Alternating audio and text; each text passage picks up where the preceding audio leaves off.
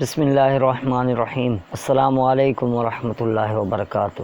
ناظرین، میں ہوں آپ کا دوست اور ہوسٹ محمد ندیم احمد، اور آپ دیکھ رہے ہیں نیوز آل ورلڈ۔ سعودی عرب نے تمام ویزا والوں کے لیے بہت بڑی خوشخبری پیش کر دی۔ 28 سپتمبر سے کراچی کا سعودی وزارت خانہ دوبارہ کھول رہے ہیں۔ مکمل تفصیل سے بتایا گیا ہے کہ کون کون سے ویزا والے لوگ آ سکتے ہیں اور کون کون سے لوگ ویزا دوبارہ رینیو کروائیں گے۔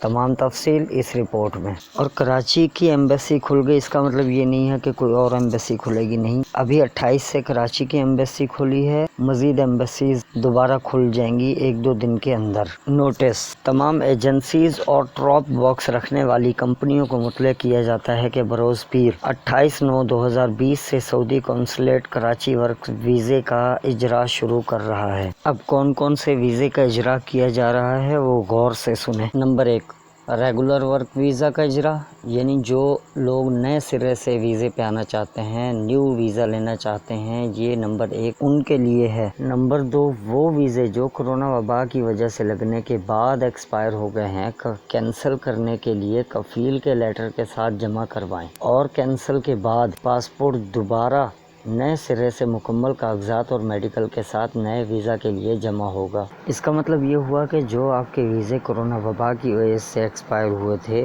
وہ آپ کو خود جا کے کفیل کے لیٹر ہوتا ہے کوئی، اس کے ساتھ کینسل کروانا پڑے گا، اور پھر دوبارہ نئے سرے سے پاسپورٹ دے کر اور جو کاغذات یعنی میڈیکل وغیرہ ہو گیا یہ سب دے کر دوبارہ وہی ویزا جمع کروانا ہوگا۔ یہ نہیں ہے کہ وہ کینسل ہو گیا تو اب دوبارہ اور پیسے دے کر خریدو، نہیں، وہی ویزا وہی پیسے، لیکن اس کو کینسل کرا کے دوبارہ سے آپ کو جمع کروانا ہوگا۔ نمبر 3، ایکسپائر ورک ویزا کی فیس کے ریفنڈ کے سلسلے میں ministry of human rights and social development سعودی عربیہ کی ویب سائٹ پر وزٹ کریں۔ اس سلسلے میں قونصلیٹ آنے کی ضرورت نہیں ہے۔ تیسرے کالم کا مطلب یہ ہے ایکسپائر ورک ویزا، یعنی وہ ویزے جو کہ سعودی عرب میں لوگ رہ کر واپسی یہاں آئے ہیں اور ان کے اقامے جو ہیں وہ ختم ہو گئے ہیں، وہ ان کی ویب سائٹ جو ہے ہیومن رائٹس اور سوشل میڈیا سعودی عربیہ کی جو ویب سائٹ ہے اس کے اوپر وہ بنوائیں۔ لیکن آپ لوگ نہیں بنوا پاؤ گے کیونکہ ہم لوگوں کے جو کفیل اور کمپنیاں ہیں یہ لوگ اس چیز کو تسلیم نہیں کرتے اور اوکے نہیں کرتے۔